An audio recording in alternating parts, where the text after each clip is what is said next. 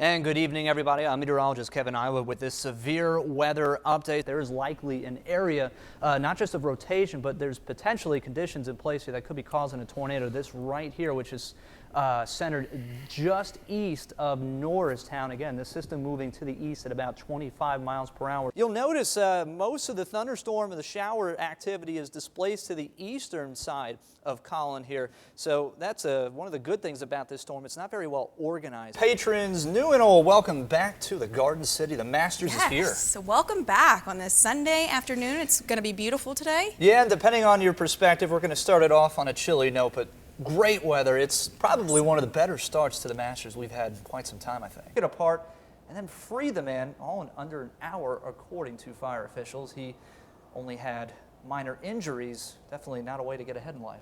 Oh, I see what you did. Now, what kind of washing machine is that? Made in China? It's made in China. a Chinese washing machine, I guess. It's certainly not like anyone I've ever seen. Does a bruised ego count as injuries? If it did, I'd be laid up 24/7. Yeah. We continue to track Tropical Storm Collin as it is moments away from making landfall across the Florida Big Bend. Flash flood watches continue for our area through the overnight period, plus a weekend heat wave. It's a live Viper 6 forecast you won't want to miss when your News at 6 returns. Now, your most accurate forecast with WJBF Live Viper 6. Good afternoon and welcome back, everybody. Tropical Storm Collin continues to dump rain across every county in the central Savannah River area. Heavy band of rain has been persistent over parts of Wilkes County, over the city of Washington here. That's also extending into Lincolnton and Lincoln County here into McCormick as well, all the way into Edgefield County. And then we've been dealing with another heavier band of rain across our southern counties, mainly across Screven, Allendale, Barnwell, and Bamberg counties. This band of rain just both of these bands of rain really haven't budged over the last several hours as Tropical Storm Collin nears landfall over the Florida Big Bend, just a few hours away here as it continues to race off towards the northeast. In fact, the latest advisory from the National Hurricane Center, this came out at 5 o'clock, has Collin centered, if you're tracking, 28.8 degrees north, 85.5 degrees west, moving north-northeast at 23 miles per hour. Current sustained winds 50 miles per hour, gusting to 65. So it continues to be a moderately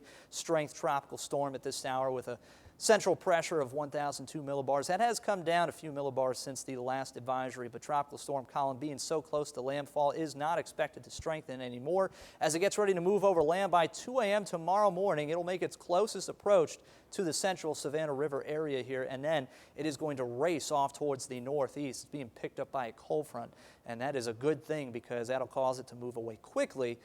And we need that to happen because we've already seen a ton of rain over the last 24 hours, 3 inches across Louisville, 2 inches in Waynesboro, and that rain continues to fall. In fact, our rainfall total forecast here through tomorrow morning, when the rain comes to an end, we could see as much as 4 inches of rain in Louisville by the time this is all said and done.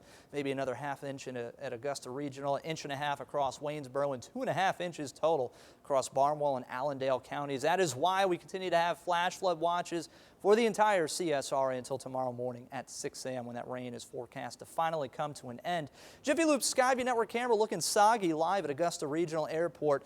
You'll notice the winds are actually calm, and that is one of the things we don't have to worry about with Tropical Storm Collin is just these light southeasterly winds, 5 to 10 miles per hour. It is the rain that is going to be the biggest deal with this system as temperatures range from the lower to middle 70s across our counties. And you heard me mention that cold front. That is picking up Tropical Storm Collin, causing it to race off towards the northeast. So that cold front, the reason to thank for maybe not seeing potentially more rainfall than what we are expecting to get. So by midnight tonight, things start to quiet down a little bit. Those showers will be diminishing, and then another cold front dives down from the northwest, and that'll push out all the rain by 7 a.m. tomorrow morning. It'll push away the clouds as well. So by 5 p.m. tomorrow afternoon, expect mostly sunny skies, a hot and breezy day here.